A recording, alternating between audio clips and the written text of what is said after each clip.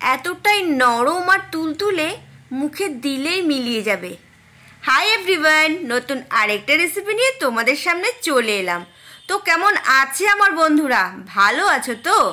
আজকে আমি তোমাদের বিউলির ডাল দিয়ে একটা রেসিপি দেখাবো, ভিডিওটা স্কিপ করো না।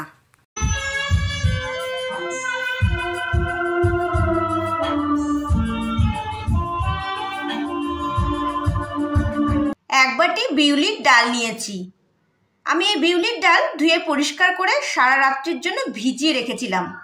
এবার আমি বিউলির ডাল খুব ভালো করে পেস্ট করে নেব। নিয়েছি এক বাটি খেজুর গুড়। রসবড়া রান্নায় খেজুর গুড়ের শিরা হলে না খুব ভালো হয়। তোমরা চিনি দিয়েও বানাতে পারো, তবে আমি বলবো খেজুর গুড় বা পাটালি গুড় দিয়ে শিরা বানিয়ে নেবে, খুব ভালো লাগবে। আর দেখো, আমি এখানে নিয়েছি খুব সামান্য খাবার সোডা, খুব সামান্য, এক চুটকি মতো। আর এখানে আমি নুন দেব স্বাদ অনুসারে। নুন খুব বেশি দরকার নেই, আমি হাফ চামচ নুন নিয়েছি। আর দেখো, এটা হলো মৌরি। আমার ঘরে যেহেতু ভাজা মৌরি ছিল, তো আমি ভাজা মৌরি নিয়েছি। তোমরা এমনি ভাজা মৌরি ছাড়া এমনি মৌরিও দিতে পারো। তো বন্ধুরা দেখো, আমি একটা মিক্সিং জারে বিউলির ডাল নিয়ে নিয়েছি। এবার আমি ভালো করে পেস্ট করে নেব। তোমরা যখন পেস্ট করবে লক্ষ্য করবে যেন খুব বেশি পাতলা না হয়, খুব বেশি জল দেবে না, অল্প জল দিয়ে পেস্ট করার চেষ্টা করবে। তো ভালো করে পেস্ট করে নিয়েছি। এবার আমি একটা পাত্রে নিয়ে নেব, নিয়ে খুব ভালো করে ফেটাতে হবে। পেস্ট করা বিউলির ডাল একটা পাত্রে নিয়ে নিয়েছি। এবার আমি এর মধ্যে দিয়ে দেব এক চুটকি খাবার সোডা, দিয়ে দেব নুন, দিয়ে দেব মৌরি। এবার খুব ভালো করে ফেটিয়ে নিতে হবে। তোমরা যদি এই রেসিপিটা ফেসবুক থেকে দেখে থাকো তাহলে আমার পেজটিকে ফলো করতে একদম ভুলো না। আর যদি ইউটিউব থেকে দেখে থাকো তাহলে চ্যানেলটিকে সাবস্ক্রাইব করো, ঠিক আছে? যত ভালো করে ফেটাবে তত তোমার বড়াগুলো ভালো হবে, সফট হবে আর খেতে ভালো লাগবে। কড়াই ভালো করে গরম করে দিয়ে দিলাম সাদা তেল। তেলটা ভালো করে গরম করে নিতে হবে।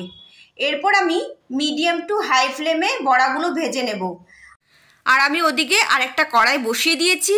এর মধ্যে আমি 1 লিটার জল নিয়েছি। জল ভালো করে ফুটিয়ে শিরা বানিয়ে নেব। এবার আমি বড়াগুলো ভেজে নেব।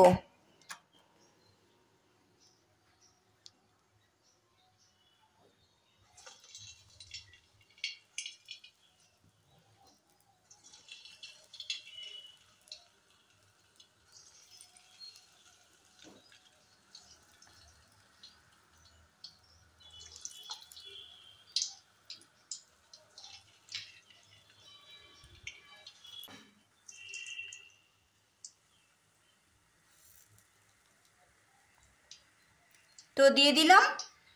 এবার আমি উল্টে পাল্টে নেব বড়াগুলো। একটু এভাবে নেড়ে নিতে হবে যাতে সব দিকেই ভালো করে ভাজা হয়। তবে এই বড়াগুলো কিন্তু খুব বেশি কড়া করে ভাজবে না। একটু লাল, যখন লালচে ভাব হয়ে যাবে তখন বড়াগুলো তুলে শিরায় ফেলে দিতে হবে। ঠিক যেভাবে দেখাচ্ছি তোমরা বাড়িতে ট্রাই করে দেখো, খুব ভালো লাগে খেতে। আর এই বড়াগুলো দেখছো না, এগুলো শিরায় পড়ে আরও ডাবল হয়ে যাবে ফুলে। হালকা হাতে এভাবে নেড়ে দিতে হবে যাতে সব দিকে সমান ভাজা হয়। তো ভাজা হচ্ছে, আর ওদিকে আমি শিরা বসিয়ে দিয়েছি, মানে জল বসিয়েছি, শিরা বানিয়ে নেব। চলো তোমাদের দেখিয়ে দিই। তো দেখো, জল ভালো করে ফুটিয়ে নিয়েছি। এবার আমি এই গুড় দিয়ে দেব। গায়ে ছিটে না আসে, আর দিয়ে দিতে হবে। এই দিয়ে দিলাম।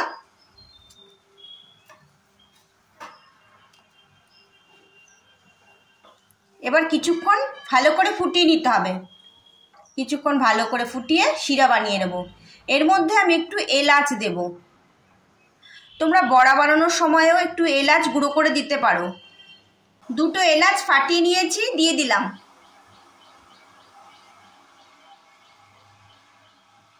শিরা বানিয়ে নেব।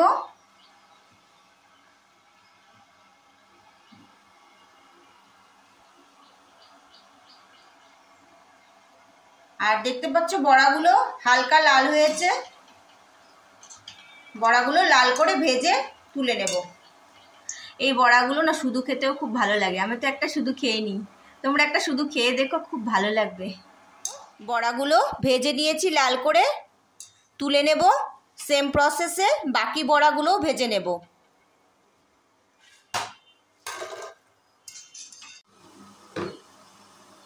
শিরা একদম রেডি হয়ে গেছে, এবার আমি গ্যাস অফ করে দেব।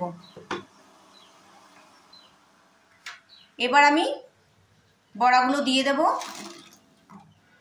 গরম শিরায় বড়াগুলো দিয়ে দিতে হবে।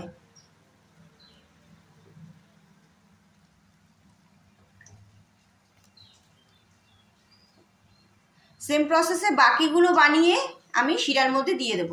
আমি বাকি বড়াগুলো ভেজে নিচ্ছি, এগুলো আমি লাল করে ভেজে শিরায় দিয়ে দেব।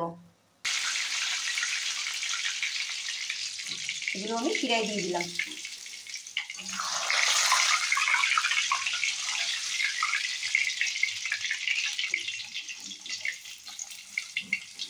তো দেখো আমার রান্না কমপ্লিট, আর বড়াগুলো না শিরার মধ্যে ডুবে আরও বড় হয়ে যাবে।